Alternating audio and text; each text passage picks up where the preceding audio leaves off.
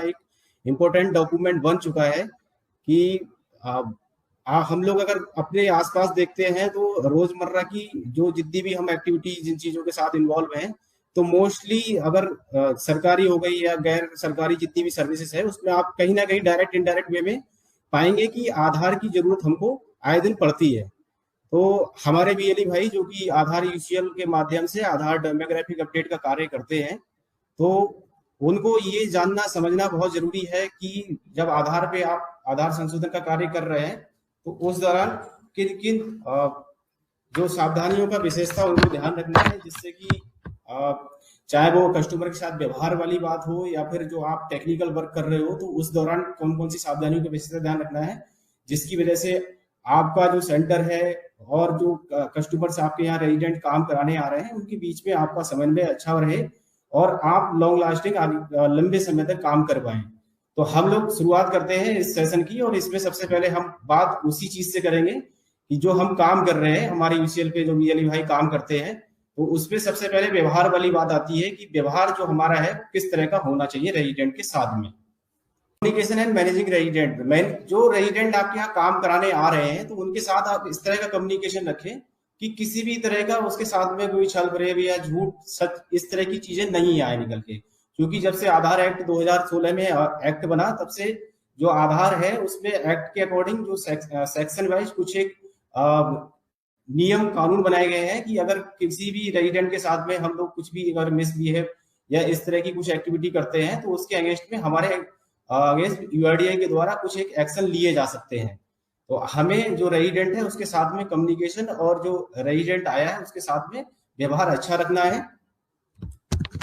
जो दिन में हम काम करते हैं तो डेली अपना जो काम है ड्यूटी है उसको प्लान करें कि किस तरह से हमें काम करना है। हमें अपने सेंटर पे प्रतिदिन काम करना है। ऐसा नहीं है कि हम आज सेंटर पे काम कर रहे हैं 4 दिन सेंटर अपनी मर्जी से बंद रखते हैं, क्योंकि आप एक ऐसी सर्विस डिलीवर कर रहे हो जो कि लिमिटेशंस है लोगों को उस सर्विस का लाभ लेने के लिए। बहुत सारे, जैसे हम अगर यूपी में बात करें तो हमारे लगभग 1.5 लाख से अधिक सीएससी सेंटर्स हैं, लेकिन लिमिटेशंस है कि सारे सीएससी सेंटर जो हमारे बीएलई हैं वो इस काम को नहीं कर पाते हैं। अगर यूपी में बात करें तो यूपी में 5000 प्लस सेंटर्स का ही स्कोप है हमारे पास में कि इन्हीं सेंटर्स के माध्यम से हम यूआईडीआई के द्वारा जो ऑथराइज है वो काम करा सकते हैं। तो एक लिमिटेशन है जिस काम को कराने की रेजिडेंट के पास में। तो आप लोगों से सभी से यही उम्मीद रहती है हम लोगों की कि आप लोग नियमित रूप से अपने सेंटर का संचालन करें अपनी मर्जी से। अल्टरनेस अगर किसी के साथ में कोई बहुत ज्यादा विशेष समस्या नहीं है तो अपना सेंटर डेली नियमित रूप से आप खोलें। आप सुबह 8 बजे से शाम 8 बजे तक, जैसा कि हम लोगों ने कम्युनिकेशन किया हुआ है आपके साथ में, सुबह 8 से शाम 8 बजे तक आप आधार करेक्शन का काम कर सकते हैं। जो कुछ एक रेजिडेंट फिजिकली या फिर कुछ इस तरह से चैलेंजिंग आते हैं जिनके साथ में कुछ एक ऐसी डिजीज है, हार्ट के पेशेंट हैं, क्योंकि आप लोग सेंटर जो भी चला रहे हैं हमारे बीएलई भाई, ज्यादातर रेजिडेंट ऐसे आते हैं आपके यहाँ पे जो कि आप परिचित हैं, उनसे चिर परिचित हैं, तो आपको उनके बारे में उनके बैकग्राउंड के बारे में पता रहता है। कहीं ऐसा तो नहीं है कि उसको कोई बीमारी इस तरह की है कि अगर आप उससे किसी भी ऊंची तेज आवाज में बात करें, हार्ट की पेशेंट है, बीमारी से कोई ग्रसित अगर कोई रेजिडेंट उनके साथ में विशेषता आप अपना व्यवहार पोलाइट रखें। लेडीज है, प्रेग्नेंट वुमेन है, इस तरह के जो केसेस या रेजिडेंट्स आपके साथ काम कराने के लिए आते हैं, फिजिकली चैलेंज कुछ लोग हैं, दिव्यांगजन है, तो उनको आप जो है प्रायोरिटी पे काम करें उनका, और उनके साथ विशेषता जो व्यवहार है बहुत ज्यादा पोलाइट रखें अपना, स्ट्रेट फॉरवर्ड उनको आंसर या स्ट्रेट फॉरवर्ड कोई भी अगर चीजें आपको समझ में नहीं आ रही है उनको समझ में नहीं आ रही है तो कम्युनिकेशन के साथ में बहुत ज्यादा स्ट्रिक्ट व्यवहार ना रखें। कई बार रेजिडेंट इतने पढ़े लिखे नहीं है तो वो रेजिडेंट एनरोलमेंट फॉर्म अपने आप से नहीं भर पाते हैं, तो उनकी मदद कर सकते हैं आप रेजिडेंट का कि आप इस तरह से इस प्रकार अपना फॉर्म भर लीजिए, ना कि सीधे सीधे कि आप जैसे जाओ जहां करा के लाओ, किसी से भी करा लाओ, हमें कुछ नहीं पता है, तो आप उनकी हेल्प कर सकते हैं। रेजिडेंट को जो एनरोलमेंट फॉर्म है वो खुद से ही भरना होता है और उसकी जानकारी जो उसे खुद से पता है तो वो खुद भरेगा उसको। इन केस अगर वो इलिटरेट है, पढ़े लिखे नहीं है, तो आप हेल्प कर सकते हैं वहां पे। कुछ एक चीजें हैं आधार पे, जब आप आधार सेंटर चला रहे हैं तो उस समय ग्रीवियांस और क्वेश्चन कुछ सजेशन के पर्पज से कुछ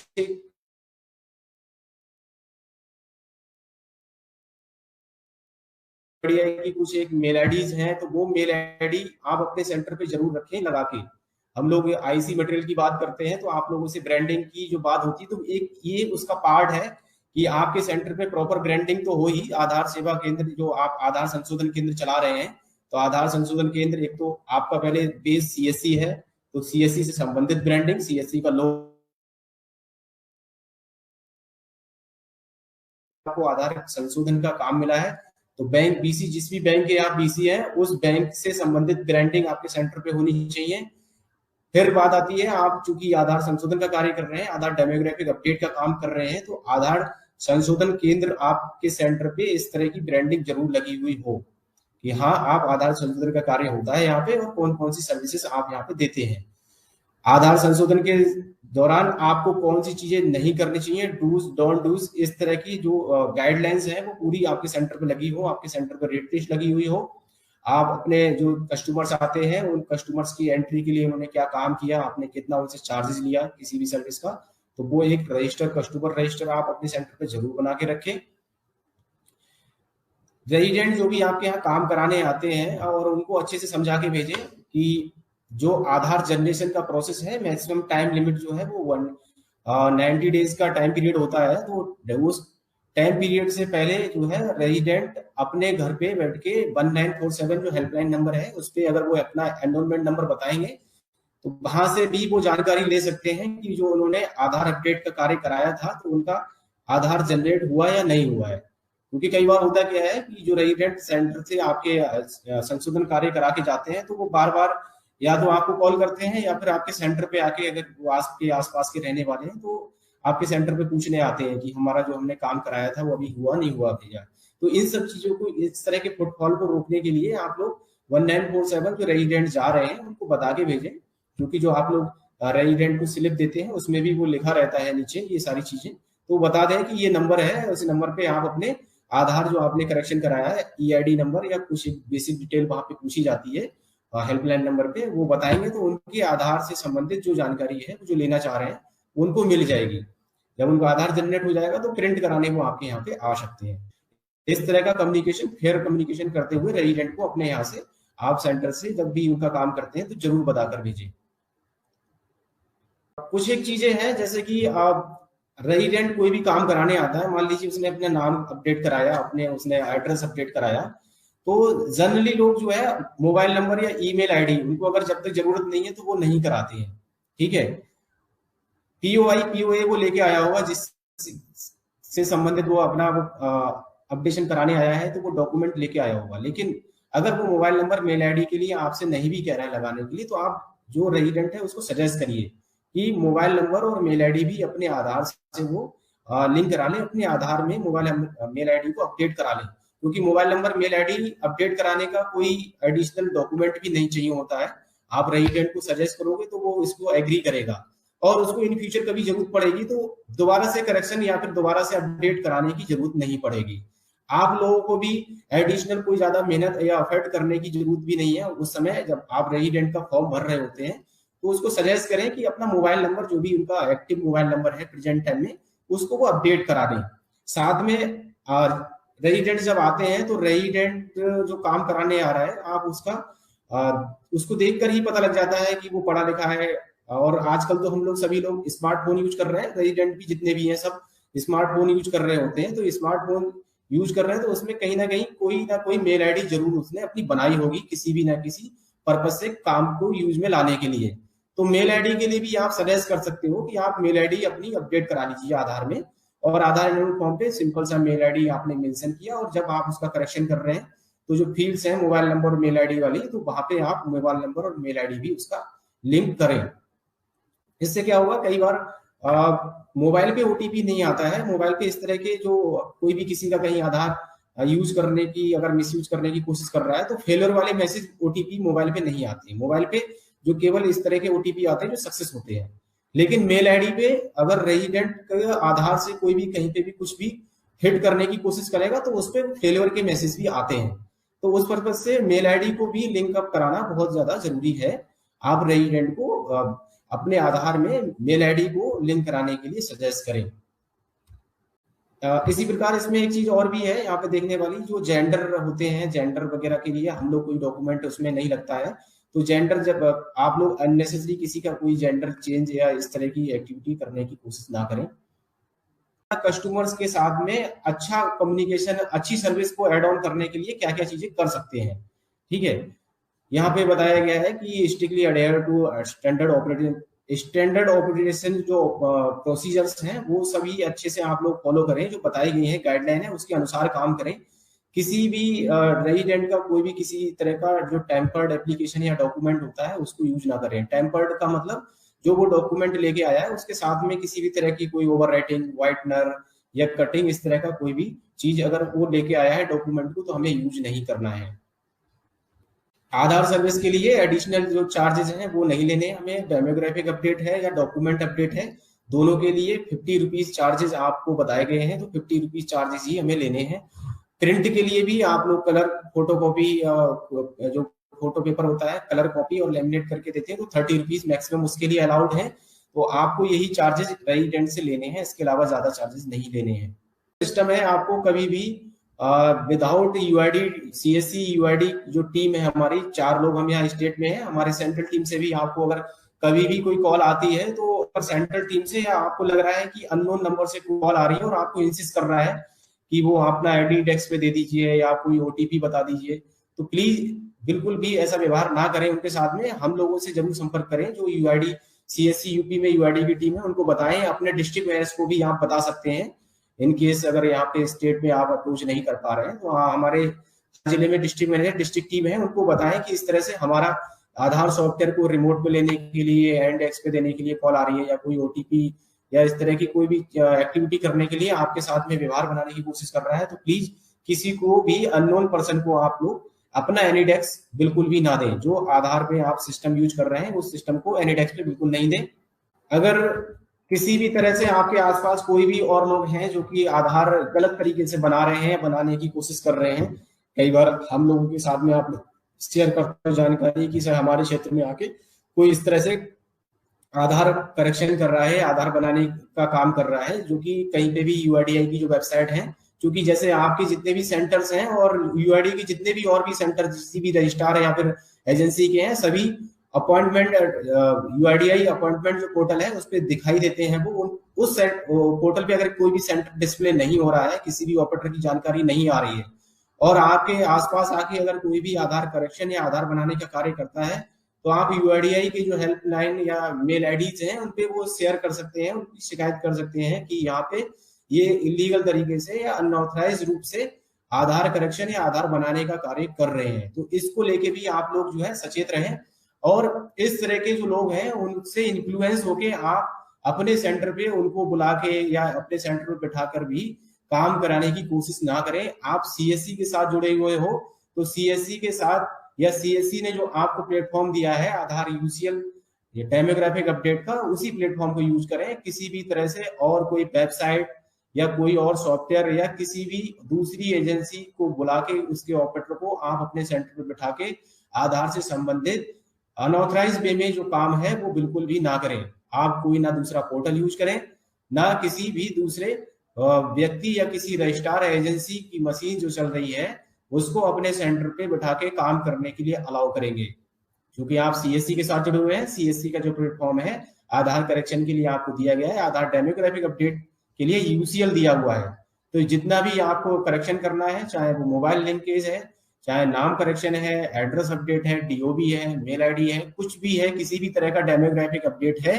तो आपको केवल अपने यूसीएल सॉफ्टवेयर के माध्यम से करना है। किसी भी तरह की वेबसाइट्स या किसी के बताने पे, समझाने पे और जो चीजें हैं वो उसको आप प्लेटफॉर्म को यूज नहीं करेंगे जो कि ऑथराइज नहीं है। यूआईडीआई के द्वारा जो पॉलिसीज बनाई गई हैं उनका किसी भी तरह से कोई भी वॉयलेशन करता है तो उस वॉयलेशन पे यूआईडीआई के द्वारा भिन्न भिन्न तरह की जो पेनल्टी क्लॉजेज हैं उसके अनुसार पेनल्टी लगती है और वो पेनल्टी इम्पोज होगी। तो इस तरह की चीजों से बचने के लिए हमें इन सभी चीजों का ध्यान रखना है। अब हम लोग डिस्कस करेंगे आगे डॉक्यूमेंट आधार। जब हम आधार एनरोलमेंट या आधार करेक्शन का कार्य कर रहे होते हैं तो उस समय हमें कौन कौन से डॉक्यूमेंट हैं जो कि यूआईडीआई के द्वारा वैलिड हैं, किस तरह से बताए गए हैं कि हमें जो डॉक्यूमेंट लेने हैं। सबसे पहले बात करें तो पीओआई, पीओए, पीओआर, डीओबी। डीओबी के लिए जो बर्थ से संबंधित कुछ एक चीजें हैं, ये पीओआई, पीओए, पीओआर, डीओबी मतलब एक तो identity proof, address proof, relationship का प्रूफ या बर्थ से संबंधित प्रूफ,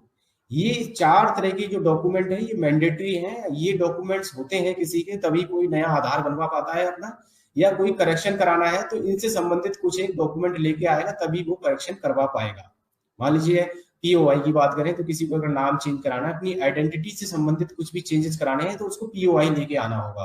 अपने एड्रेस में किसी भी तरह का कोई करेक्शन कराना है उसको, तो उसे पीओए लेके आना होगा कोई भी।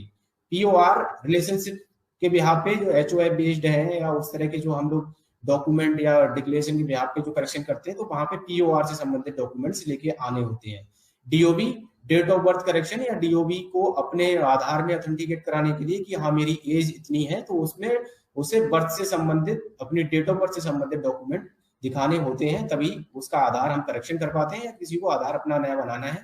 तो वो बनवा पाता है। ये डॉक्यूमेंट्स की लिस्ट है, ये डॉक्यूमेंट की लिस्ट को आप अपने सेंटर पे जरूर चस्पा करके रखें।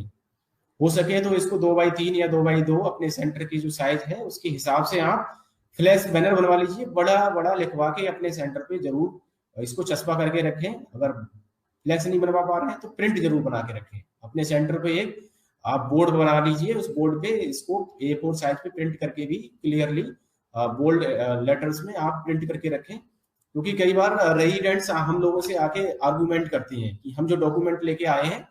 आप नहीं ले रहे हो, इससे हमने पहले बनवाया था या हमारे भाई का बन गया, या हम दूसरे कहीं पे जाते हैं तो वहां पे बन जाता है, आप लोग नहीं बना रहे हो। तो प्लीज उनको जवाब देने के लिए, उनको संतुष्ट करने के लिए आप लोग सेटिस्फेक्शन के लिए ये पीओआई, पीओआर और पीओए से संबंधित जो भी डॉक्यूमेंट्स की लिस्ट है, वैलिड डॉक्यूमेंट की लिस्ट अपने सेंटर पे जरूर लगाकर रखें और उनको दिखाएं कि हम आपका अगर काम नहीं कर पा रहे हैं तो प्लीज वो हम असमर्थ हैं इसलिए क्योंकि आप जो डॉक्यूमेंट लेके आए हैं वो जो यूआईडीआई की वैलिड डॉक्यूमेंट की लिस्ट है उसमें लाई नहीं करता है, उसमें आपका डॉक्यूमेंट लिस्ट में नहीं आ रहा है, इसलिए हम आपका जो काम आप करेक्शन का कराने आए हैं, नाम का, पता का या फिर कुछ भी और डीओबी वगैरह कराने आए हैं तो वो नहीं कर पा रहे हैं हम लोग। इसलिए इस डॉक्यूमेंट की लिस्ट को अपने सेंटर पे जरूर लगा कर रखें। आप लगा कर रखोगे तो दिन में 2-4 बार आपके सामने से ये लिस्ट निकलेगी तो आपको ये ऑटोमेटिक, आप लोग कई बार छोटी छोटी चीजें पूछते हैं कॉल करके, आप दूसरे साथी से पूछते हो, कई बार हमसे पूछने लगते हो कि सर डीओबी के लिए क्या क्या लगा सकते हैं, तो अगर ये लिस्ट आपके सेंटर पर लगी रहेगी तो ये लिस्ट आपको ऑटोमेटिक याद हो जाएगी एक समय रहते आने पर, बार बार आपको किसी और से कंसल्ट या पूछने की जरूरत ही नहीं रह जाएगी।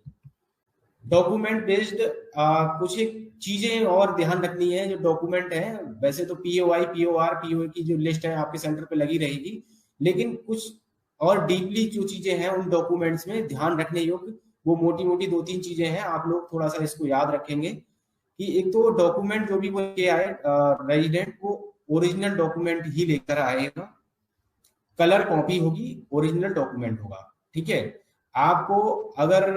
कई बार ये भी रहता है कि वो डॉक्यूमेंट लेके आया ब्लैक एंड व्हाइट है, ठीक है, तो ब्लैक एंड व्हाइट की जो डॉक्यूमेंट रहते हैं लेकिन अगर वो ओरिजिनल है तो उसकी ओरिजिनलिटी उस डॉक्यूमेंट में दिखती है। स्टैंप लगा के आया होगा तो स्टैंप तो एटलीस्ट जो इस तरह के साइन या स्टैंप हुए होंगे तो वो तो कलर ही उसमें दिख जाएगा कि वो जो है किस तरह का डॉक्यूमेंट है। फिजिकल चेक करके आप चेक कर पाओगे उसको कि वो ओरिजिनल है या वो कोई भी डुप्लीकेट उसका लेके आया है डॉक्यूमेंट का, ठीक है। तो प्लीज जो भी वो डॉक्यूमेंट लेके आएगा आप रेजिडेंट से हम लोग ओरिजिनल डॉक्यूमेंट की ही डिमांड करते हैं, हम किसी भी तरह की जीरोक्स या फोटोकॉपी यूज नहीं करते हैं। पीओआई, पीओबी जो भी डॉक्यूमेंट है उसमें रेजिडेंट का नाम जो है वो जरूरी है, रेजिडेंट के नाम से ही वो होने चाहिए। ऐसा नहीं है कि वो उसके फैमिली मेंबर का लेके आ गया और बोलेगा कि मेरा आधार सही कर दो,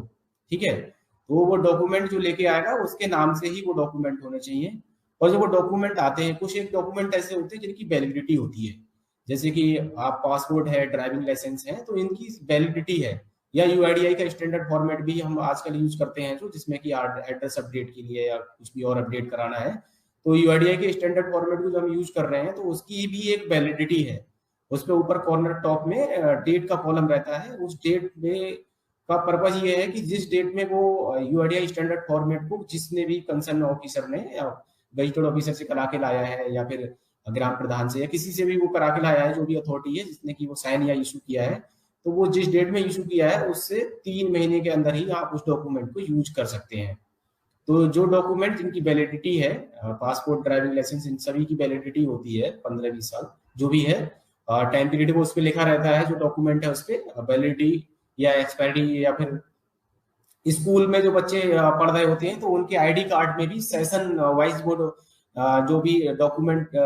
आईडी ग्रुप है उसका, तो उस पर सेशन लिखा रहता है। जैसे अभी सेशन चल रहा है जो 22-23 सेशन चल रहा है, तो उस पर सेशन लिखा रहेगा ईयर, हाँ सेशन लिखा होगा या वैलिड अप टू लिखा रहेगा उस पर, जो भी डेट रहेगी स्कूल के आईडी कार्ड की। तो आप लोग जो है इस चीज को देख लें कि जो वो डॉक्यूमेंट लेकर आया है वो वैलिडिटी उसकी एक्सपायर तो नहीं हो गई है। वो टाइम पीरियड उसका जो वैलिडिटी का है, अगर उसके अंदर ही बियॉन्ड द वैलिडिटी लेके आया है तभी आपको यूज करना है, अदरवाइज हम उसको यूज नहीं करेंगे। वाटर बिल है, टेलीफोन बिल है, इलेक्ट्रिसिटी बिल है, ये सभी 3 महीने पुराने ही हम यूज करते हैं, इससे ज्यादा पुराना है तो हम इसको यूज नहीं करेंगे। Rent agreement should be used before expiry date. एक तो रेंट एग्रीमेंट की अगर हम यहाँ पे बात करें तो रेंट एग्रीमेंट जो नॉर्मली हम लोग तहसील से या फिर नोटराइज वकील से जो बना के लोग लेके आते हैं, यूज करने की कोशिश करते हैं, यहाँ पे वो उसकी बात नहीं हो रही है। जो रेंट एग्रीमेंट है वो रजिस्ट्रार ऑफिस से जो रजिस्ट्री करते हैं, जिस तरह से रजिस्ट्रार ऑफिस है, तो रजिस्ट्रार ऑफिस से जो जारी किया हुआ रेंट एग्रीमेंट है उस एग्रीमेंट की बात यहाँ पे हो रही है। और वो भी जो है एक्सपायरी डेट से पहले का ही होना चाहिए। ऐसा नहीं है कि मुंबई में 4 साल पहले रह रहे थे और वहां पे कोई उन्होंने वो डॉक्यूमेंट बनवाया था और उसके बाद यहाँ पे आ गए और यहाँ पे अलग जगह रहने लगे हैं, लेकिन मुंबई वाले डॉक्यूमेंट को यूज कर रहे हैं जो एग्रीमेंट था उनका, तो वो एग्रीमेंट अब यूज नहीं कर सकते हैं वो। तो आप लोग जो इस तरह के एग्रीमेंट हैं जिनमें की एक वैलिडिटी या फिर टाइम पीरियड की बात होती है, तो उसमें टाइम पीरियड जरूर देख लें कि बियॉन्ड द वैलिडिटी वो होना चाहिए, एक्सपायर्ड जो है डॉक्यूमेंट नहीं हो। अब HOF बेस्ड जो हम लोग अपडेट करते हैं, आप लोगों को हमने एक फॉर्मेट शेयर किया कि इन केस अगर कोई भी head of the family member है, कोई फादर है और वो अपनी फैमिली में जो भी और मेंबर्स हैं, उनके बच्चे हैं, किसी का कराना चाह रहे हैं, तो वो एड्रेस अपडेट करा सकते हैं। ठीक है, तो HOF बेस्ड जो आप लोग एड्रेस अपडेट करेंगे, वहां पे बात हो रही है HOF मतलब हेड ऑफ द फैमिली, जो उस फैमिली का मेन हेड है, उसका ही वो अपना डिक्लेरेशन दे सकता है डाउन लाइन जो उसके फैमिली में मेंबर्स हैं, कि अगर उसके आधार में जो एड्रेस है उनका एड्रेस भी वो कर किया जा सकता है, उनको फिर दूसरे किसी डॉक्यूमेंट की जरूरत नहीं है। ठीक है, तो यहाँ पे उसी सेम फैमिली के इमीडिएट जो भी उसका वो है हेड ऑफ द फैमिली, उसी का डॉक्यूमेंट यहाँ पे या फिर उसी की डिक्लेरेशन के बिहाफ पे एड्रेस करेक्शन होता है, न कि ये कि दूसरे की फैमिली को कोई वेरीफाई कर देगा कि मैं इन्हें जानता हूं और मेरा एड्रेस ये है। हाँ, POR से संबंधित यहाँ पर रिलेशनशिप डॉक्यूमेंट वहां पे वो शो करना होता है हेड ऑफ द फैमिली वाले केस में। ठीक है, नॉर्मली हम बात करते हैं यहाँ पे करेक्शन की, तो किसी के नाम में कोई माइनर करेक्शन है, स्पेलिंग मिस्टेक है या सरनेम वगैरह उसको ऐड कराना है, तो वहां पे करेक्शन की बात होती है। जहाँ पे चेंज अगर वर्ड आ गया तो वहां पे चेंज आइडेंटिटी, जैसे किसी का नाम है, फर्स्ट नेम की बात हो रही है, राम कुमार से किसी को श्याम कुमार कराना है, ठीक है, या राम कुमार से मोहन कुमार कराना है किसी को अपना नाम, तो यहाँ पे वो उसका नाम पूरा चेंज हो रहा है। दोनों अपने आप में एक अलग नाम है और दो नाम के इस तरह के लोग अलग अलग होते हैं। तो यहाँ नेम चेंज के लिए हम लोग रेजिडेंट को गजेट नोटिफिकेशन कराने के लिए बोलते हैं। गजेट नोटिफिकेशन के लिए उसको किसी भी जानकार वकील से मिलना होता है। ठीक है, और वो POI और पुराना जो उसका कोई नाम रहा होगा उसके फोटोग्राफ से संबंधित पूरी एक प्रक्रिया, अलग एक पूरा प्रोसेस है उसका गजेट नोटिफिकेशन का, उसको फॉलो करते हुए गजेट नोटिफिकेशन करा के लेके आएगा और उस डॉक्यूमेंट को आपके पास आएगा लेके, तभी आप उसका नाम चेंज कर पाएंगे। गजेट नोटिफिकेशन स्टेट या सेंट्रल गवर्नमेंट की, जो गवर्नमेंट है सरकार वही कराती है उसको, कोई भी प्राइवेट आदमी या फिर लोकली कहीं से नहीं हो सकता। वो स्टेट या सेंट्रल जो गवर्नमेंट है उनके थ्रू जो बजट जारी होता है उसमें उन सभी जैसे जो भी कुछ कराना चाहते हैं नाम चेंज, उनके नाम वो पब्लिश होते हैं और वो गजट नोटिफिकेशन जब पब्लिश हो जाएगा तभी उस डॉक्यूमेंट को जारी किया जाएगा और उस डॉक्यूमेंट को यूज किया जाता है। यहाँ पे गजट नोटिफिकेशन का मतलब किसी भी कोई एफिडेविट या फिर कोई ऐसे डॉक्यूमेंट से नहीं है कि वो अपना किसी भी शपथ पत्र को बनवा के ले आएगा। ठीक है, तो इसमें बहुत ही कंफ्यूजन है। हम लोग आप लोगों को मेल पे भी इसको ये बारे में थोड़ा सा डिटेल में शेयर कर देंगे कि किस तरह के रेजिडेंट को कराना है गजट नोटिफिकेशन। तो आप लोग नाम चेंज के लिए रेजिडेंट को गजट नोटिफिकेशन के लिए सजेस्ट कीजिए। किसी भी तरह से आप लोग उसके एजुकेशनल सर्टिफिकेट या फिर भले ही वो ए ग्रेड के किसी भी ऑफिसर से करा के लेके आएगा तो नाम चेंज हम नहीं कर सकते। इस केस में, नाम चेंज वाले केस में केवल गजट नोटिफिकेशन ही बताया गया है, उसको कराना होता है। ठीक है। दूसरी बात आती है कि जो बच्चे जिनके अगर एनरोलमेंट 0 से 5 ईयर एज ग्रुप के हैं और उनकी एज में और birth certificate issued by registration act, ये इसमें बताया गया है कि जो भी इस एज ग्रुप के जो बच्चे हैं वो अपना बर्थ सर्टिफिकेट के बिहाफ पे इसको करा सकते हैं। Change will not be continued as name change for fix और threshold to updates available to a resident. इसमें नेम चेंज के लिए आप लोगों को सबको पता है कि भाई उसने अगर एक बार करा लिया तो दूसरी बार कराने के लिए भी फिर उसको, इसमें लिमिटेशंस हैं, एक बार ही करा सकते हैं। दोबारा कराने के लिए अगर वो कराता है तो फिर उसको आप सजेस्ट करेंगे कि आरओ से कंसल्ट करेगा रेजिडेंट। कुछ एक माइनर चेंजेस के लिए आप लोग एक्सेप्ट कर सकते हैं, जैसे विनय कुमार का आधार में नाम है, विनय कुमार पीओआई में है और उसमें कुछ एक मिस्टेक थी उनके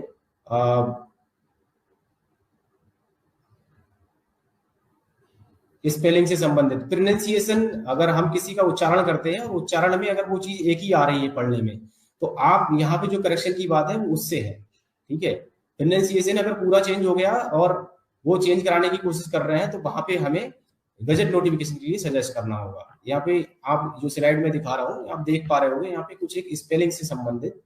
मिस्टेक्स हैं। कई बार आपको ना सीक्वेंस गलत मिलेगा किसी के नाम का, जैसे इसमें जो थर्ड स्टेप है आप देख पा रहे हैं, यहाँ लिखा है निधि रविधरन। ठीक है। और वो जो डॉक्यूमेंट लेके आया उसमें लिखा था रविधरन निधि।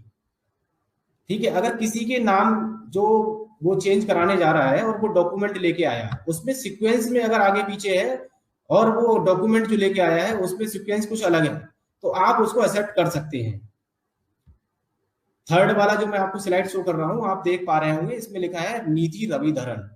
लेकिन जो वो डॉक्यूमेंट ये आधार में उसके नाम था, जो वो डॉक्यूमेंट लेके आया पीओए उसमें लिखा है रविधरन निधि।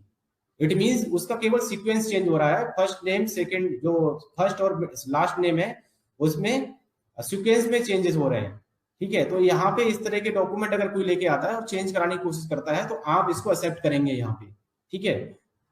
अभी यही चीज हम लोग, मैं अभी आपको नेक्स्ट जो पीपीटी है उसमें शेयर करूंगा। आजकल जो हम डॉक्यूमेंट अपडेट वाली बात कर रहे हैं, डॉक्यूमेंट अपडेट में कुछ एक इस तरह की माइनर चेंजेस को यूआईडीआई ने एक्सेप्ट किया है इसको, और उन्होंने अलाउ कर दिया है इन चीजों को। अगर इस तरह की कुछ मिस्टेक्स के साथ में कोई डॉक्यूमेंट अपडेट करने जा रहे हैं आप, तो आपको फिर उसको डेमोग्राफिक अपडेट करने की जरूरत नहीं है, वो डॉक्यूमेंट एक्सेप्टेबल है। इसमें संशोधन किया है यूआईडीआई ने। तो इस तरह की चीजों में आप लोग करेक्शन या फिर डॉक्यूमेंट अपडेट करते समय उसके डॉक्यूमेंट एक्सेप्ट कर सकते हैं।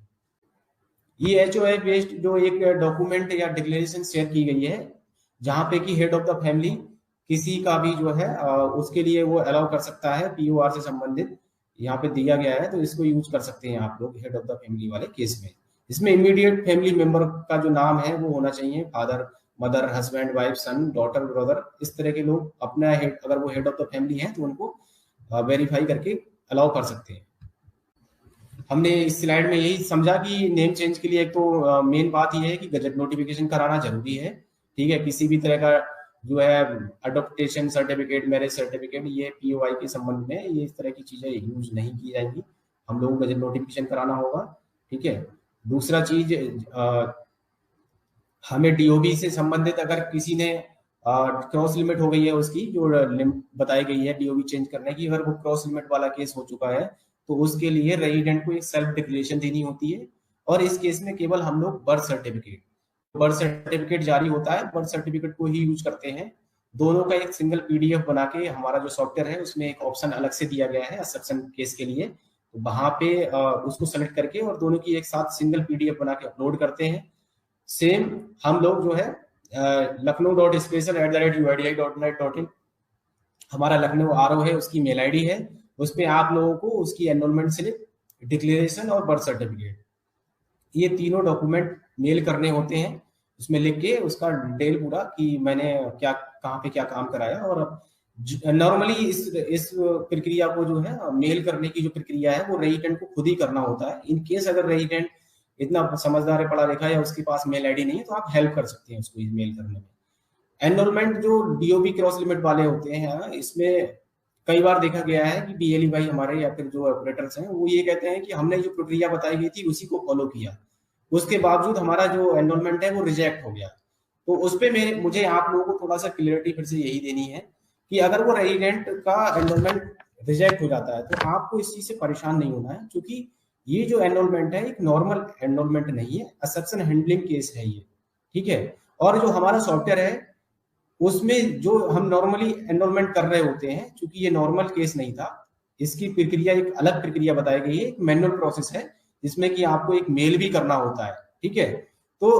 आधार एनरोलमेंट क्लाइंट उसको, चूंकि ये नॉर्मल एनरोलमेंट नहीं था, वो 24 घंटे के अंदर आपको रिजेक्शन दिखाएगा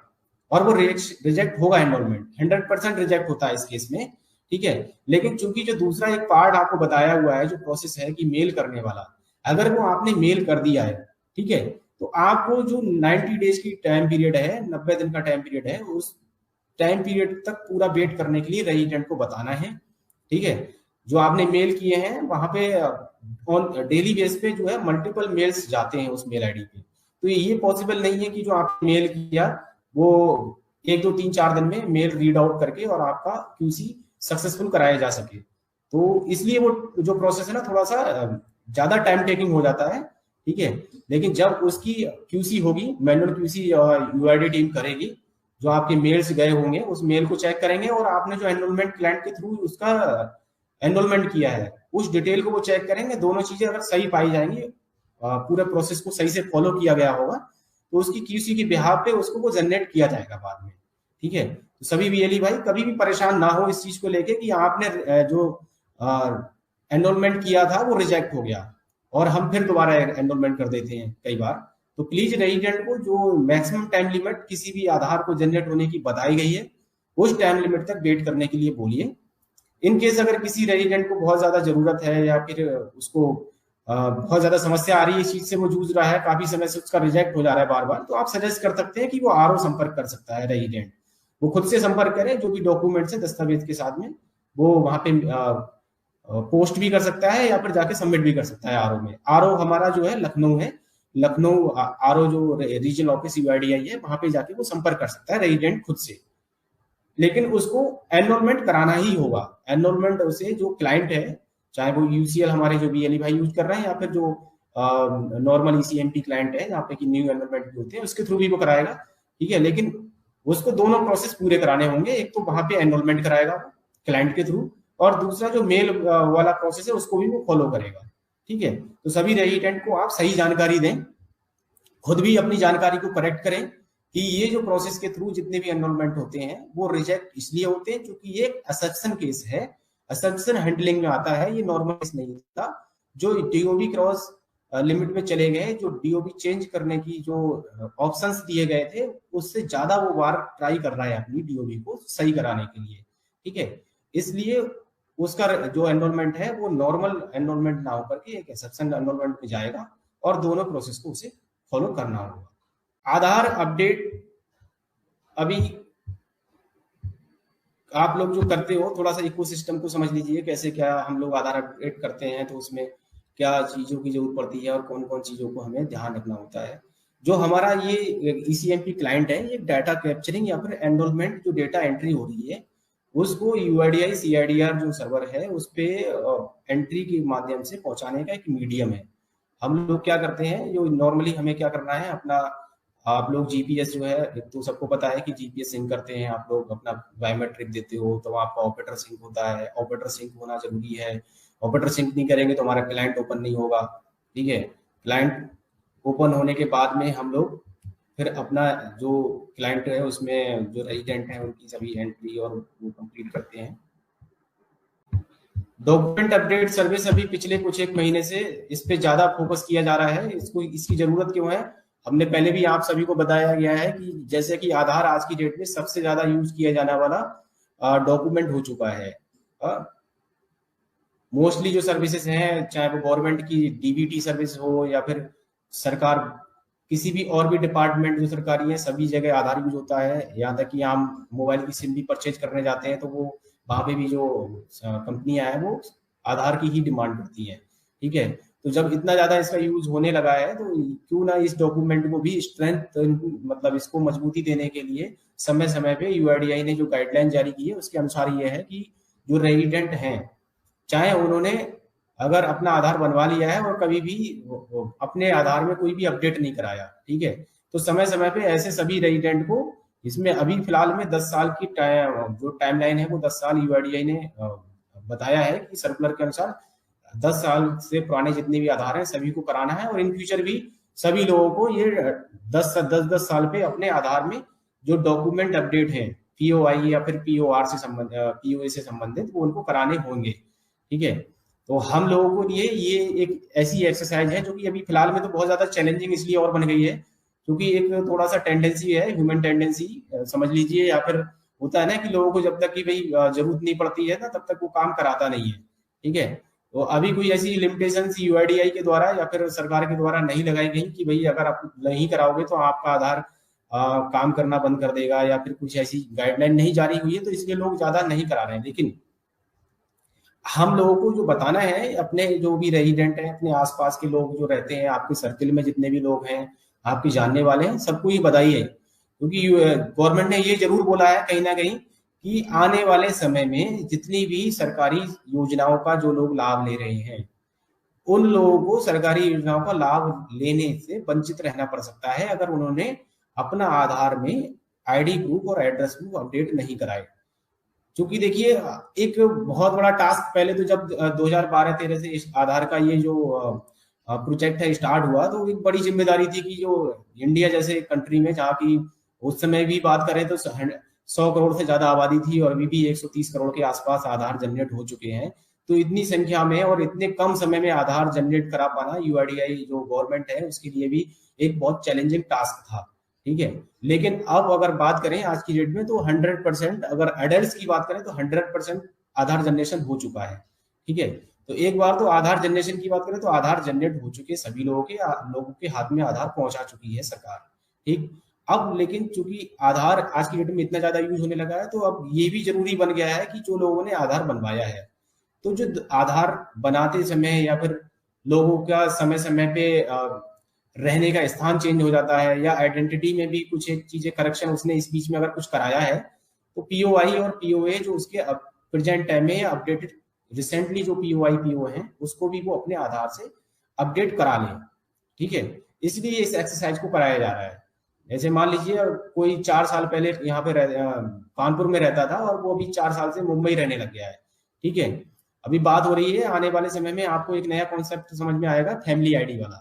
तो फैमिली आईडी गवर्नमेंट अपने यूपी में भी स्टार्ट करने जा रही है। हर एक फैमिली की एक आईडी होगी और उस आईडी का आधार से ही लिंकअप होगा, ठीक है। अब मान लीजिए जो लोग यूपी में रह रहे हैं, यूपी के लोग ही वो बनेगी फैमिली आईडी, ठीक।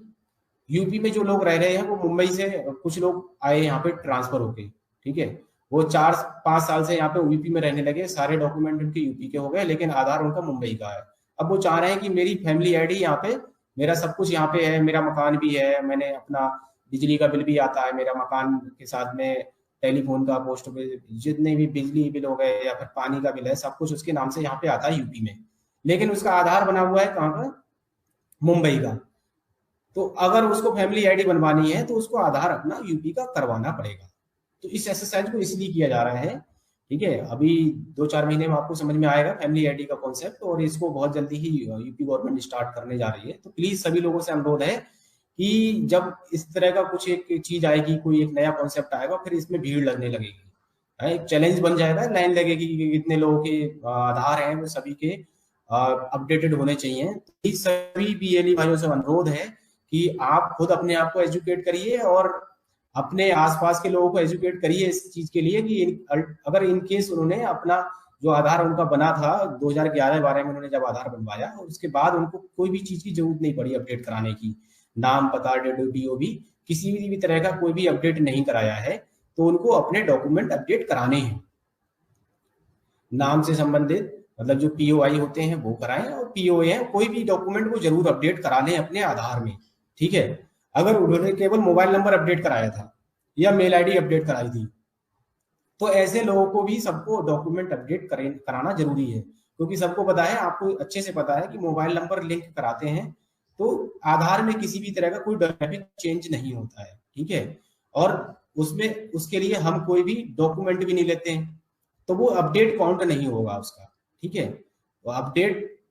डॉक्यूमेंट की जो बात हो रही है, डॉक्यूमेंट प्रोसेस जो है वो इसलिए है कि उन्होंने अपने नाम, पता या फिर डीओबी में संबंधित कोई भी चेंज नहीं कराया था। तो ऐसे सभी लोगों को अपना आईडी एड्रेस प्रूफ अपने आधार में अपडेट कराना है। मोबाइल नंबर करा रखा है तब भी कराना है, ठीक है। अगर हाँ उसने इस बीच कोई भी अपना नाम, पता या फिर डीओबी चेंज करा लिया, इट मींस यूआईडीआई के पास में वो डॉक्यूमेंट जो थे उसके वो पहुंच गए हैं, रिसेंट डॉक्यूमेंट, उसने कुछ ना कुछ यूज ही किया होगा तभी अपना नाम, पता या डीओबी चेंज करा पाया है। तो ऐसे लोगों को नहीं कराना। लेकिन ऐसे सभी लोग जिन्होंने आधार तो बनवाया, लेकिन वो टाइम टू टाइम कभी कोई फोटो कॉपी की जरूरत पड़ती है तो केवल फोटो कॉपी दे देते हैं और उनका काम चल रहा है, उनका काम कभी रुका नहीं। कहीं पे भी ऐसी जगह नहीं यूज किया उन्होंने जहां पे भी कोई उनको बोलता कि आपके आधार में ये चीज मैच नहीं हो रही है, मिसमैच है, ठीक है। तो ऐसे सभी लोगों को जिन्होंने कोई अपडेट नहीं कराया अपने आधार में, पीओआई और पीओए से संबंधित जो भी डॉक्यूमेंट है अपडेट कराने अनिवार्य है। कैसे करा सकते हैं? एक तो रेजिडेंट जो है, ऑफलाइन ऑनलाइन दो तरह के मोड हैं। हम लोग तो आपकी बात करें तो हमारे जितने भी एली भाई हैं सभी यूसीएल क्लाइंट यूज करते हैं, ऑनलाइन सॉफ्टवेयर है, और इसके लिए 50 रुपए फीस जो है वो यूआईडीआई द्वारा निर्धारित की गई है। आप लोगों को रेजिडेंट से 50 रुपए ही लेने हैं। इसके अलावा आप किसी भी तरह के कोई एक्स्ट्रा चार्जेस या फिर रेजिडेंट के साथ में अननेसेसरी ओवर चार्जिंग की जो प्रक्रिया है उसमें प्रोसेस में इन्वॉल्व ना हो। ये क्लाइंट है हमारा, जिस तरह से वर्क करता है आप लोग सभी बीएलई भाई यूज करते हैं, किस तरह हम लोग करेंगे, आधार नंबर डालते हैं, उसकी डिटेल फैच करेंगे, और जो भी आधार नंबर डालने के बाद में आपकी स्क्रीन पे जो रेजिडेंट है उसकी डेमोग्राफी से संबंधित जानकारी आपको दिखने लगेगी। उसका नाम क्या है, उसका पता क्या है, उसकी डीओबी क्या है, इसको चेक कर ले अपने आधार जो वो लेके आया है उससे, और उसके साथ में जो भी वो डॉक्यूमेंट लेके आया है POI POA ID address proof, उसको मैच कर लें कि एग्जैक्टली उसके रेजिडेंट की जो डेमोग्राफिक डिटेल है उसके आईडी एड्रेस प्रूफ जो भी वो अपडेट कराने जा रहा है उससे मैच हो रही है। अगर उसमें कुछ भी मिसमैच है, नाम में मिसमैच है, उसकी डीओबी में मिसमैच है, एड्रेस में अपडेट मिसमैच है, तो प्लीज ऐसे डॉक्यूमेंट्स को आप अपलोड ना करें, नहीं तो वो रिजेक्शन में चला जाएगा और हमारे जो रिजेक्शन काउंट है उसमें काउंट होगा वो, ठीक है। अगर उसको अपने जो डॉक्यूमेंट वो लेके आया है उससे उसके संबंधित ही अपडेट कराना है तो फिर उसको सजेस्ट करेंगे हम लोग कि आप डेमोग्राफिक अपडेट कराइए। तो जो दूसरा हमारा नॉर्मल डेमोग्राफिक अपडेट का प्रोसीजर है उसको हम फॉलो करेंगे, ठीक है। तो यहाँ पे हम लोग जो डॉक्यूमेंट्स वो लेके आए एग्जैक्ट अगर डिटेल मैच हो रही है तो पीओआई पीओए लेकर उसको अपडेट करके स्कैन करके अपलोड कर देंगे। सेम जैसे हम वेरीफाई करते हैं वेरीफाई करेंगे। जो आधार एनरोलमेंट फॉर्म है, स्लिप है, वो दोनों स्कैन करके अटैच करके अपलोड कर देंगे और सिंपल इस तरह से डॉक्यूमेंट अपडेट हो जाएगा। डॉक्यूमेंट अपडेट में जो है दो तीन चीजें आपको ध्यान रखनी है मेनली, जैसा कि मैंने बताया आपको कि एक तो आप लोग जो डॉक्यूमेंट को लेके आया है उससे संबंधित जो डॉक्यूमेंट है आधार में डिटेल है उसको एग्जैक्ट मैच कर लें। अगर मिसमैच है तो यहाँ पे आपको उसको यूज नहीं करना है। एक नोटिफिकेशन अभी रिसेंटली इशू हुआ है यूआईडीआई के द्वारा, यहाँ पे डॉक्यूमेंट अपडेट जितने भी हमारे बीएलई भाई हैं इसको ध्यान से पढ़ें कि इसमें कुछ एक माइनर करेक्शन यूआईडीआई ने बोला है, जो कि मैं आपको पहले बता रहा था अभी थोड़ी देर पहले दूसरी स्लाइड में,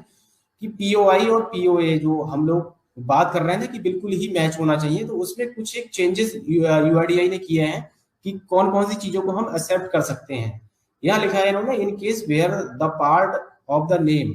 not in same sequence POI in Aadhaar the same may be accepted. जो मैं आपको पहले वाली स्लाइड में दिखाना चाह रहा था, जैसे किसी का नाम में फर्स्ट नेम और जो उसका लास्ट नेम है उसमें सीक्वेंस में अंतर है, ठीक है। मतलब आधार में उसका नाम लिखा है पवित्र कुमार और जो पीओआई लेके आया है उसमें लिखा है कुमार पवित्रा, ठीक है। तो इस तरह के डॉक्यूमेंट आप एक्सेप्ट कर लेंगे उसको, ठीक है। फर्स्ट नेम और लास्ट नेम का जो सीक्वेंस है केवल सीक्वेंस चेंज हो रहा है, ठीक है। उसकी आइडेंटिटी मतलब ऐसे नहीं लग रहा है कि वो अलग ही आदमी है कोई, ठीक है। तो इस तरह के डॉक्यूमेंट को आप यहाँ पे यूआईडीआई ने बोला है हम एक्सेप्ट कर लेंगे, ठीक है। अभी तक हम लोग स्पष्ट बोल रहे थे कि अगर किसी के आधार में स्पेलिंग में भी बिल्कुल वो चीज है तो हम यूज नहीं करेंगे, तो यहाँ पे यूज करेंगे। जैसे यहाँ पे देखिए 2 नंबर पे लिखा हुआ है माइनर स्पेलिंग मिस्टेक, मतलब प्रोनाउंसिएशन अगर हम कर रहे हैं, किसी का नाम जैसे सविता है और सविता 2 तरह से लिखते हैं लोग कई बार, ऐसे BAITA लिखेंगे और ऐसे BITHA लिखेंगे। दोनों अगर हम प्रोनाउंसिएशन करते हैं, पढ़ने में बोलने में जो निकल के आता है, पढ़ने में तो आपको लगेगा कि स्पेलिंग अलग अलग है, ठीक है, लेकिन बोलने में अगर हम इसको प्रोनाउंसिएशन करेंगे तो सविता ही बोला जाएगा, ठीक है। तो ऐसे अगर डॉक्यूमेंट कोई भी लेके आ रहा है तो आप एक्सेप्ट करेंगे। कई बार आपको जो है कुछ लिखा जो पुराने आधार बने हुए हैं तो उसमें आपको जो यहाँ पे 4th नंबर वाला केस है, इसमें एक केस और दिखाया गया है कि अगर फॉर एग्जांपल राम सुंदर मनोहर, आधार में लिखा है राम सुंदर मनोहर और उसका जो POI है उसमें शॉर्ट में लिखा हुआ है RS मनोहर, ठीक है। तो इस तरह के जो डॉक्यूमेंट्स हैं वो भी यहाँ पे एक्सेप्टेशन उसका लिए एक्सेप्टेड बोला है उन्होंने कि वो एक्सेप्ट करेंगे जब इसकी QC होगी, क्योंकि अभी जितने भी डॉक्यूमेंट अपडेट जो जब से प्रोसेस स्टार्ट हुआ है तो इसके लिए अलग से प्रोसीजर बनाया जा रहा है, पूरा चल रहा है इस पे काम, ठीक है। तो ये कुछ एक माइनर चीजें हैं जो कि आपको बोला गया है। पैन कार्ड विद और विदाउट सिग्नेचर में भी एक्सेप्टेड। यहाँ पे पैन कार्ड है, जैसे पैन कार्ड में सिग्नेचर मैंडेटरी होती है, पैन कार्ड में सिग्नेचर होते ही है जनरली, अगर उसमें पैन कार्ड में सिग्नेचर नहीं भी है तो यहाँ पे इन्होंने बोला है कि पैन कार्ड विदाउट सिग्नेचर भी यहाँ पे एक्सेप्टेड है। ये डॉक्यूमेंट अपडेट वाले प्रोसेस के लिए मैं बता रहा हूँ आप सभी लोगों को, डॉक्यूमेंट अपडेट प्रोजेक्ट के लिए ये एप्लीकेबल है चीजें, ना कि आपको डेमोग्राफिक अपडेट के लिए बात हो रही है यहाँ पे। क्योंकि ये एक बड़ा चैलेंज आ रहा था और आप लोग भी कई बार हम लोगों से ये बोलते हैं कि ज्यादातर लोगों के सर जो आधार है ना पहले बने हुए, उन आधार में अगर वो लोग डॉक्यूमेंट लेके आते हैं तो 90% केसेस में ऐसा मिल रहा है कि मिसमैच मिलता है। तो मिसमैच मिलता है, फिर हमें डेमोग्राफिक अपडेट के लिए सजेस्ट कराना पड़ता है उसको, और डेमोग्राफिक अपडेट कराने के लिए रेजिडेंट एग्री नहीं है, वो कह रहा है नहीं मेरा तो इसी आधार से सारे काम हो गए हैं और मुझे तो आधार में कुछ भी अब चेंज नहीं कराना है, ठीक है। तो यहाँ पे आप लोगों को ऑनलाइन डॉक्यूमेंट अपडेट से संबंधित जो एक नई गाइडलाइन मैं यहाँ पे आपको बता रहा हूँ, समझा रहा हूँ चीजों को, वो चीज आप ध्यान रखिए कि अगर इस तरह की अगर मिस्टेक के साथ में भी अगर कोई डॉक्यूमेंट लेके आ रहा है तो हम इसको एक्सेप्ट करेंगे, ठीक है। ये UIDAI के द्वारा ऑफिस मेमोरेंडम अभी जनवरी में ही और लास्ट वीक में आया है कि अगर इतना कोई माइनर मिस्टेक्स हैं तो UIDAI ने इसको एक्सेप्टेबल बताया है, एक्सेप्ट करेंगे वो उसको। यहाँ पे क्लेरिफिकेशन दोबारा से UIDAI ने दी है नोटिफिकेशन में इसमें कि अगर स्टैंडर्ड फॉर्मेट है तो स्टैंडर्ड फॉर्मेट को ऑनलाइन डॉक्यूमेंट प्रोसीजर में बिल्कुल भी यूज नहीं किया जाएगा, इसको एक्सेप्टेड, उन्होंने नॉट एक्सेप्टेड लिखा है, इसको एक्सेप्ट नहीं करेंगे वो। In case of change of surname after marriage in Aadhaar, resident may be advised to get their name update in Aadhaar। यहाँ पे हम जो बात कर रहे हैं, कई बार ये होता है हम लोगों से, आप लोग ये क्लेरिफिकेशन लेने की कोशिश करते हो कि कोई भी लेडीज है या फिर किसी का भी शादी होती है तो शादी के बाद में सरनेम नॉर्मली कई बार लोगों के चेंज होते हैं, तो उस केस में हमें क्या करना है, उस रेजिडेंट को सजेस्ट करना है कि पहले आधार को अपडेट करा लेगा, नाम में अपडेट कराएगा आधार में। यहाँ पे एक्सेप्ट नहीं करेंगे हम ऐसे डॉक्यूमेंट्स को, ठीक है। जैसे मान लीजिए किसी का सविता देवी थी और सविता शर्मा हो रही है, ठीक है, तो यहाँ पे सविता देवी से सविता शर्मा हो रहे हैं, इसका मतलब उनके जो है सरनेम में चेंजेस हो रहे हैं, तो सरनेम चेंज करने के लिए उसको डेमोग्राफिक अपडेट करने के लिए आप सजेस्ट करेंगे, आधार में नाम चेंज होगा उसका। In all other cases the resident shall submit POI as per the valid document list. और सभी केसेस में जो UIDAI की वैलिड डॉक्यूमेंट लिस्ट है उसके अनुसार हम डॉक्यूमेंट यूज करेंगे। POA से संबंधित कुछ एक अभी तक जो बात हो रही थी डॉक्यूमेंट अपलोड वाले जो अपडेट प्रोजेक्ट है उसमें हम लोग ID प्रूफ से संबंधित जो एक कुछ करेक्शन या UIDAI ने गाइडलाइन चेंज की वो हमने डिस्कस की। अब बात करेंगे हम लोग POA से संबंधित। एड्रेस डॉक्यूमेंट अपडेट करते समय अगर एड्रेस से संबंधित कोई डॉक्यूमेंट लेके आया और उसको अपडेट कराने जा रहे हैं तो इसमें कुछ एक चीजें अगर ये मिस्टेक्स हैं भी तो भी हम लोग इग्नोर करेंगे। यहाँ पे पहले नंबर पे इन्होंने बोला है in case village name and सब डिस्ट्रिक्ट नेम, गांव का नाम और सब डिस्ट्रिक्ट का नाम जो एड्रेस प्रूफ है वो डॉक्यूमेंट में आधार डेटा से मैच नहीं हो रहा है, पिन कोड में भी इग्नोर, मतलब पिन कोड में अगर चेंजेस है लेकिन उसका नाम जो गांव का नाम है, डिस्ट्रिक्ट सब डिस्ट्रिक्ट है, अगर ये सारी चीजें मैच हो रही हैं, केवल पिन कोड में अगर चेंजेस हैं तो इसको इग्नोर करेंगे हम लोग, ऐसे डॉक्यूमेंट को हम अपलोड कर देंगे। मैं दोबारा से दोहरा रहा हूँ इस पॉइंट को। यहाँ पे UIDAI ने ये बोला है कि अगर आधार में किसी के गांव का नाम, उसकी डिस्ट्रिक्ट का नाम, उसकी तहसील का नाम, ये सारी चीजें मैच हो रही हैं जो वो डॉक्यूमेंट लेके आया है उससे, ठीक, लेकिन पिन कोड में अंतर है। मान लीजिए जो पिन कोड है उसके आधार में वो 226001 है, लेकिन जो वो एड्रेस प्रूफ लेके आया है, उसमें 262002 है, तो यहाँ पे पिन कोड में अगर चेंजेस हैं तो हम उसको एक्सेप्ट करेंगे, इसके लिए यूआईडीए ने अलाउ कर दिया है। In case of village name and pin code in POI document are matching with Aadhaar then sub district ने भी इग्नोर्ड। यहाँ पे दूसरी चीज इन्होंने फिर चेंज की, इन्होंने बोला कि गांव का नाम और पिन कोड मैच हो रहा है उसके एड्रेस से, ठीक है, लेकिन उसकी जो सब डिस्ट्रिक्ट है वो अगर उस पर नहीं भी है, सब डिस्ट्रिक्ट जनरली होती भी नहीं है उसके आधार में, लेकिन उसके एड्रेस प्रूफ में सब डिस्ट्रिक्ट है लिखा हुआ। इस पॉइंट को थोड़ा सा क्लियर समझिए, आप लोग क्या कहना चाह रहे हैं। वो कह रहे हैं कि गांव का नाम पिन कोड उसके आधार के एड्रेस से जो डॉक्यूमेंट लिखा है बिल्कुल मैच कर रहा है, लेकिन सब डिस्ट्रिक्ट उसके उसमें है ही नहीं, तो आप उस डॉक्यूमेंट को हम ले ना लें। तो इसका ये आंसर है कि अगर सब डिस्ट्रिक्ट उसके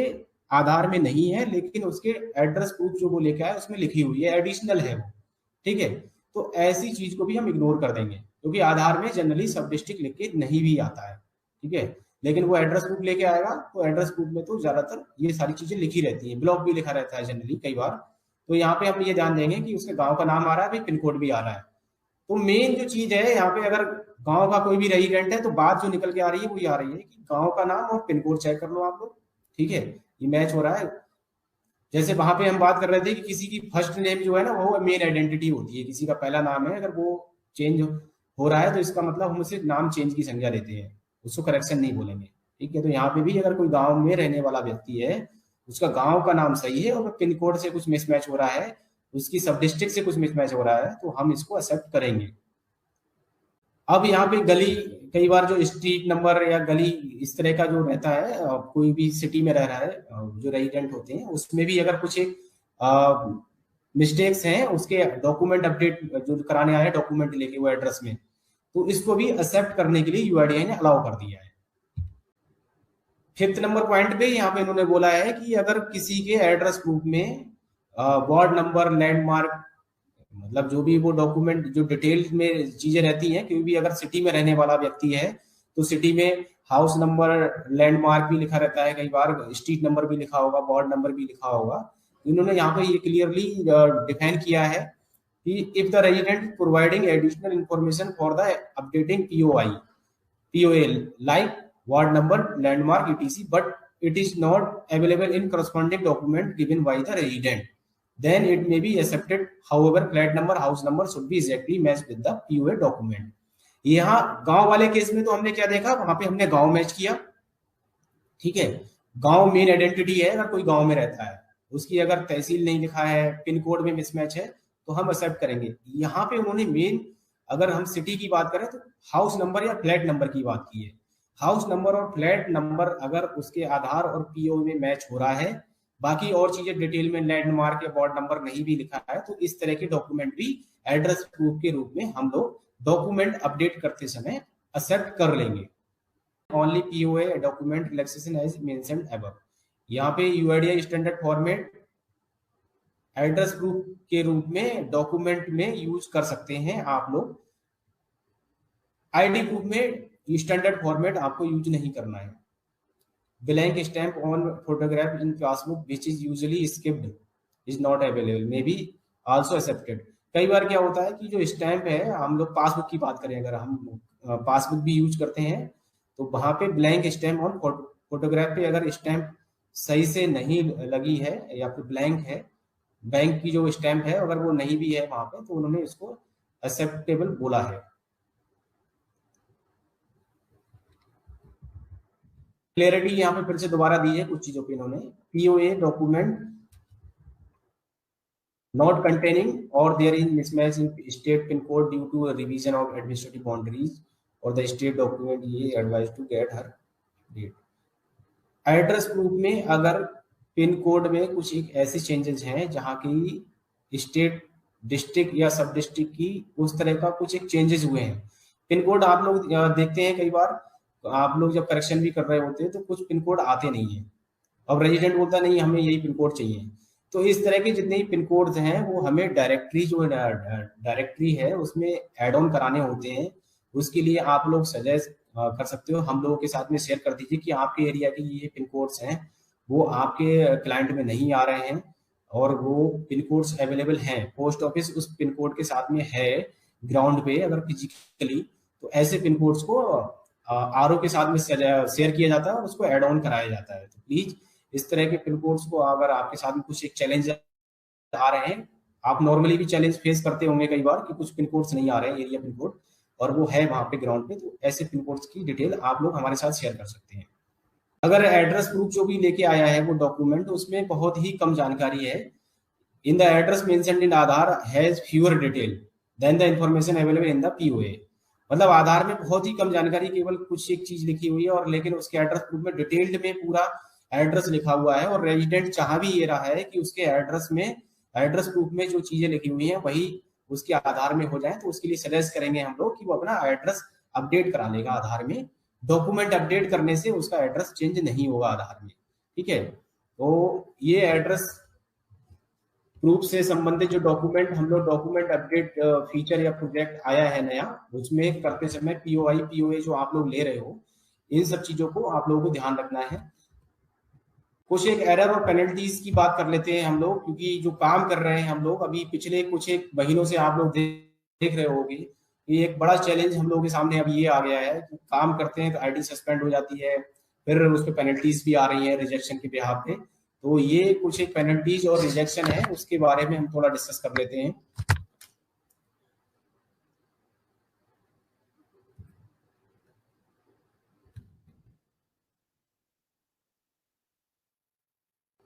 यहाँ पे मेन आप लोगों को ये समझना होगा कि डीओई 1 डीओई 2 की जो डेफिनेशन है वो एग्जैक्टली है क्या। डीओई 1 की बात करें तो फ्रॉडुलेंट डॉक्यूमेंट या मिसिंग डॉक्यूमेंट। फ्रॉडुलेंट डॉक्यूमेंट से मतलब क्या होता है, इस तरह का कोई भी डॉक्यूमेंट जिसमें कि वो डॉक्यूमेंट जो लेके आया है, आपको लग रहा है कि उसने डॉक्यूमेंट के साथ में कुछ ना कुछ छेड़छाड़ की है, मतलब वाइटनर लगाया है उसके साथ में, ओवर राइटिंग की है, कटिंग की हुई है, ठीक है। इस तरह की जो भी चीजें हैं वो फ्रॉडुलेंट डॉक्यूमेंट में आती हैं कि डॉक्यूमेंट को फ्रॉड कर दिया गया। मिसिंग डॉक्यूमेंट, आपने किसी के भी पीओआई पीओए या फिर जिससे संबंधित जो डॉक्यूमेंट लेना होता है उससे संबंधित डॉक्यूमेंट ना लेकर के आपने ब्लैंक पेपर जो है स्कैन कर दिया, वो डॉक्यूमेंट ही नहीं है। जो आईडी एड्रेस प्रूफ या फिर उसकी बर्थ से संबंधित डीओबी अगर करेक्शन किया है आपने, तो बर्थ से संबंधित जो डॉक्यूमेंट लेना था वो नहीं दिया आपने, तो इस तरह के जो मिसिंग डॉक्यूमेंट के बिहाफ पे डॉक्यूमेंट एरर 1 डीओई 1 काउंट किया जाता है, ठीक है। Poor quality document, poor quality से मतलब जो डॉक्यूमेंट वो लेके आया है उस डॉक्यूमेंट की क्वालिटी ठीक नहीं है, जो पेपर है वो बहुत ज्यादा रफ है, बहुत पुराना है, गले सड़े पेपर का यूज किया गया है, डॉक्यूमेंट पढ़ने में नहीं आ रहा है जो उसमें डिटेल रहती है। इनवैलिड डॉक्यूमेंट, इनवैलिड डॉक्यूमेंट जो यूआईडीआई के द्वारा स्टैंडर्ड डॉक्यूमेंट बताए गए हैं, जैसे पीओआई पीओए पीओआर और पीओबी, जो डॉक्यूमेंट की लिस्ट यूआईडीआई के द्वारा जारी की गई है, जो वो डॉक्यूमेंट लेके आया है उस लिस्ट में वो डॉक्यूमेंट नहीं आता है, तो वो सभी डॉक्यूमेंट इनवैलिड डॉक्यूमेंट माने जाते हैं। वो डॉक्यूमेंट यूआईडीआई की स्टैंडर्ड गाइडलाइन के हिसाब से नहीं है, ठीक है। डेमोग्राफिक डेटा मिसमैच, मान लीजिए किसी के आधार में जब आप एनरोलमेंट कर रहे होते हो या फिर एनरोलमेंट करेक्शन कर रहे हो किसी का, तो आपने क्लाइंट में तो कुछ लिखा, लेकिन डॉक्यूमेंट में लिया जो उसका तो उसमें कुछ और लिखा हुआ है, मतलब जो डेमोग्राफिक डिटेल है उसमें मिसमैच हो गया, ठीक है। आपने एनरोलमेंट करते समय किसी का नाम जो है राम कुमार है और डॉक्यूमेंट वो लेके आया उसमें श्याम कुमार लिखा है, ठीक है। तो यहाँ पे डेमोग्राफिक डेटा मिसमैच में वो एरर काउंट किया जाएगा, ठीक है, और ये डीओई 2 में आता है। यहाँ पे थोड़ा और डिटेल में चीजें दी गई हैं कि किस तरह के जो वो है। इस पे पेनल्टीज की बात आ रही है, तो पेनल्टी क्या है। अभी जो डीओई 2 की पेनल्टी जो पहले की 25 रुपए पर पैकेट हुआ करती थी, इसको बढ़ाकर अभी यूआईडीआई ने 1000 रुपए पर पैकेट कर दिया गया है। Poor quality document, demographic data mismatch, delete invalid document, gender photo mismatch, age photo mismatch. Gender photo mismatch क्या होता है कि अगर वो शक्ल से जो उसका चेहरा है उससे वो मेल लग रहा है, लेकिन जब हमने एनरोलमेंट किया या अपडेट किया उसका तो उसको फीमेल कर दिया, जेंडर उसका चेंज हो गया, ठीक है। एज फोटो मिसमैच, अगर उसकी फोटो से देखें तो उसकी फोटो में एज लग रही है 10 साल, लेकिन बाई मिस्टेक उसकी जब टाइपिंग करते समय या फिर क्लाइंट में हमने उसकी एज जो है वो 25 साल कर दी, ठीक है। या कई बार लोग लेके आते हैं डॉक्यूमेंट, तो लेकिन हमें ये चीज तो खुद देखने से भी पता लग जाएगी ना किस एज का है वो देखने वाला बंदा, ठीक है। वो भले ही कितनी भी एज कराने लेके आया हो, डॉक्यूमेंट लेके आया है उससे रिलेवेंट, तो उस डॉक्यूमेंट रिलेवेंट जो भी लेके आए उसकी भी सत्यता की आप जांच कर सकते हैं। हाँ, फिजिकल चेक कीजिए उस चीज को कि जो विजुअली जो चीज नहीं दिख रही है आपको तो आप कैसे कर सकते हैं। एज फोटो मिसमैच में विशेषता इस चीज का ध्यान रखें, और जेंडर फोटो मिसमैच में भी विशेषता ध्यान रखें। यहाँ पे सीधे सीधे ऑपरेटर्स की गलतियां मानी जाती हैं कि भाई अगर ऑपरेटर, हम जितने भी ऑपरेटर हैं सभी एनएसईआईटी का सर्टिफिकेट पास किए हैं, तो ये समझा जाता है कि हमने एक प्रॉपर जो चैनल है उसको, प्रोसीजर को पूरा समझा है, एनरोलमेंट की हमें जानकारी है कि एनरोलमेंट हमें कैसे करने हैं और एनरोलमेंट करने के दौरान हमें क्या क्या सावधानियां बरतनी है। ठीक है, तो कोई कराने भी आ रहा है तब भी हमें उससे क्रॉस क्वेश्चन करना है भाई कि आपकी एज इतनी लग नहीं रही है, आप क्यों कराना चाह रहे हैं, आप कहाँ से ये डॉक्यूमेंट लेके आ गए। ठीक है, प्लीज इन सभी जो एरर से बचने के लिए हमें थोड़ा सा सावधानियों का ध्यान रखना है, नहीं तो हमारी आईडी भी सस्पेंड होती है और हमारे जो पर पैकेट पेनल्टी क्लॉजेस बनाए हुए हैं यूआईडी की तरफ वो भी इम्पोज होगी हम पे। डीओई वन जो फ्रॉडुलेंट डॉक्यूमेंट, मिसिंग डॉक्यूमेंट था, उसमें 10,000 रुपए पर पैकेट पेनल्टी है। बायोमेट्रिक एरर, आप लोग बायोमेट्रिक करते नहीं है तो वो आपके लिए है नहीं। अनपार्लियामेंट्री लैंग्वेज मतलब एनरोलमेंट करते समय डेमोग्राफिक आपने कुछ भी एब्यूजिंग लैंग्वेज या फिर उस तरह की अगर कुछ भी आप करेंगे तो वो उस पर आएगा। इसके अलावा यूआईडीआई की अगर जो सॉफ्टवेयर है उसके साथ में किसी भी तरह का कोई भी हम टेम्परिंग या कुछ करते हैं, गमी फिंगर या फिर रबड़ थंब यूज किया जा रहा है तो उसमें ये पेनल्टी जो है पर ऑपरेटर लगती है। ओवर चार्जिंग, पैसे ज्यादा लेने पे 50 रुपए डेमोग्राफिक अपडेट का है, उससे ज्यादा लेते हैं, डॉक्यूमेंट अपडेट का भी 50 रुपए उससे ज्यादा लेते हैं, तो 50,000 रुपए पर पैकेट पर ऑपरेटर इसमें लगती है। ये डिटेल में कुछ एक बताया गया है DOE 1 DOE 2 के बारे में, कि हम आप लोगों को शेयर भी कर देंगे। कुछ और जो चीजें हैं वो थोड़ा सा ध्यान देने वाली है यहाँ पे। कोई भी ऑपरेटर, जो हमारे जितने भी यूसीएल ऑपरेटर हैं या और भी जो ऑपरेटर आधार में काम कर रहे होते हैं, उन सभी को ये चीज ध्यान रखनी है कि आप लोग अपनी मशीन में ही लॉगिन करने के लिए ऑथराइज हैं। एक ऑपरेटर दो जगह ऑनबोर्ड या दो जगह लॉगिन नहीं कर सकता, या फिर एक ऑपरेटर दूसरे की मशीन पे भी लॉगिन नहीं करेगा। किसी भी तरह से हार्ड कॉपी या सॉफ्ट कॉपी आधार अपने सेंटर पे आप किसी का ना रखें, क्योंकि अब ऑनलाइन स्कैनिंग हो रही है तो डीएमएस वाला पार्ट भी है नहीं। आपको किसी के भी आधार से संबंधित कोई भी डॉक्यूमेंट अपने सेंटर पे नहीं रखना है। आधार की कॉपी तो बिल्कुल नहीं रखेंगे आप लोग अपने सेंटर पे। आधार एनरोलमेंट करते समय सन ऑफ या फिर डॉटर ऑफ इस तरह की चीजें अब हटा दी गई हैं, केवल क्योर ऑफ आता है तो क्योर ऑफ ही हम लोगों को अलाउ है, वहां पे सन ऑफ या डॉटर ऑफ हम लोग नहीं देखते हैं। डीओबी चेंज या फिर जेंडर चेंज अननेसेसरी किसी का नहीं करेंगे। आधार कार्ड जो है एचओआई बेस केस में अटैच नहीं किया जाता है। इसमें एचओआई बेस अगर एनरोलमेंट है तो उस केस में ये डिक्लेरेशन या फिर जो हेड ऑफ द फैमिली है उसका एक साइन किया हुआ डॉक्यूमेंट अपलोड होता है। ये यहाँ पे 5th क्लास या 8th क्लास की जो मार्कशीट है उसको वैलिड नहीं माना गया है डीओबी चेंज के लिए। जो डीओबी चेंज के लिए मार्कशीट है 10th 12th जो बोर्ड से इशूड होती है उसके लिए ही अलाउ किया गया है यूआईडीआई के द्वारा। 3 तरह के केसेस हैं जहाँ पे कोई डॉक्यूमेंट की जरूरत नहीं होती है। जेंडर किसी को चेंज कराना है, अपना फोटो भी अपडेट, फोटो अपडेट तो आप करते नहीं हो, लेकिन मोबाइल नंबर मेल आईडी अगर किसी को अपडेट कराना है तो इन सभी चीजों में किसी भी तरह का कोई डॉक्यूमेंट यूज नहीं किया जाता है। वोटर आईडी अगर आप लोग आईडी एड्रेस प्रूफ दोनों के लिए यूज कर रहे हैं तो वहां पे दोनों तरफ से ही आपको स्कैन करना होता है। कई बार क्या करते हैं ना, आप लोग एड्रेस प्रूफ में इसको यूज कर रहे हैं और स्कैन कर दिया आपने फ्रंट पार्ट केवल उसका, जबकि बैक में उसका जो है एड्रेस वाला पार्ट होता है। तो एड्रेस प्रूफ में अगर आप वोटर आईडी ले रहे हैं तो उसका फ्रंट और बैक दोनों ही आपको स्कैन करना है, नहीं तो कैसे पता लगेगा कि जो